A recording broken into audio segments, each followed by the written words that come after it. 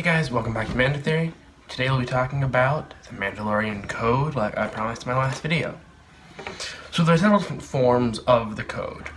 It started off being just the Pillars of Honor, when I will tell those to you now. Strength is life, the strong have the right to rule. Honor is life, with no honor one may as well be dead.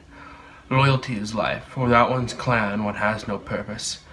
Death is life, one should die as they have lived. And then those canons or pillars of honor got adapted into the Resol'nare and many other different types of code. We only have the Resol'nare and the Super Commando Codex, which is based off the Resol'nare. And the code that the Mandalorian uses in the show The Mandalorian is based off the Resol'nare and the Super Commando Codex. Nor has the exact one he uses been written down. The Resol'nare is, I adhere to the Resol'nare, the core of what it means to be a Mandalorian, a sacred law giving us the direction and purpose, education and armor, self-defense, our tribe, our language, our leader. They all help us survive. We must educate our children as Mandalorians, obey the commands of Mandalore, speak Mandoa, and defend our clans. That's a slightly longer version of what the canons of honor were. Mandalorians are a warrior society, so they rely heavily on their armor for protection, and their job is oftentimes bounty hunting or just working for the Mandalore himself. And as being a warrior society, their laws are made around fighting and living through war. And the Resol'nare is meant as a code of conduct for in war.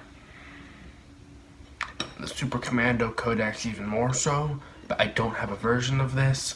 There's only a fan version, and that doesn't use the same terms that a Mandalorian would have used. So I won't read that one here. The Super Commando Codex was a guideline for Mandalorian behavior created by the Mandalorian soldier Jasta Mareel upon his ascension to the rule of Mandalore in 60 BBY.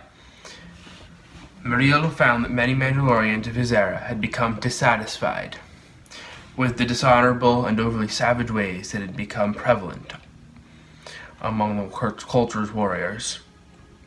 He created the laws that the Neo-Crusaders and the Mandalorian Crusaders followed, and over time they turned into the Codex.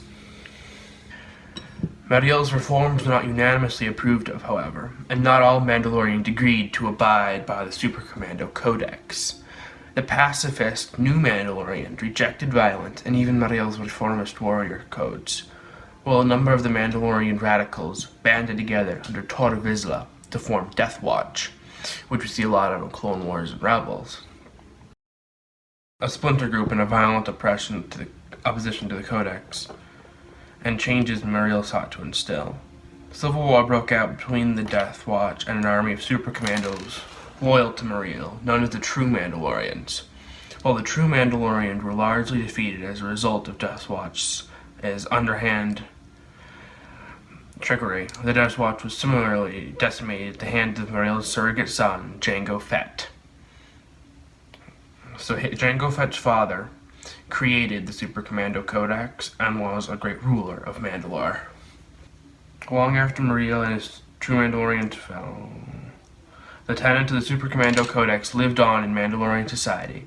The Mandalorian protectors, for instance, drew their moral teachings from the Codex and strove to adhere to its high standards. We see the protectors in Rebels with Sabine Wren on Concord Dawn. They have the ships that span in the center where the wings stay centered, and most of them end up dead, murdered by Gar Saxon. That's pretty much all we know about the code, so I'll see you next time. Mando Theory out. This is the way.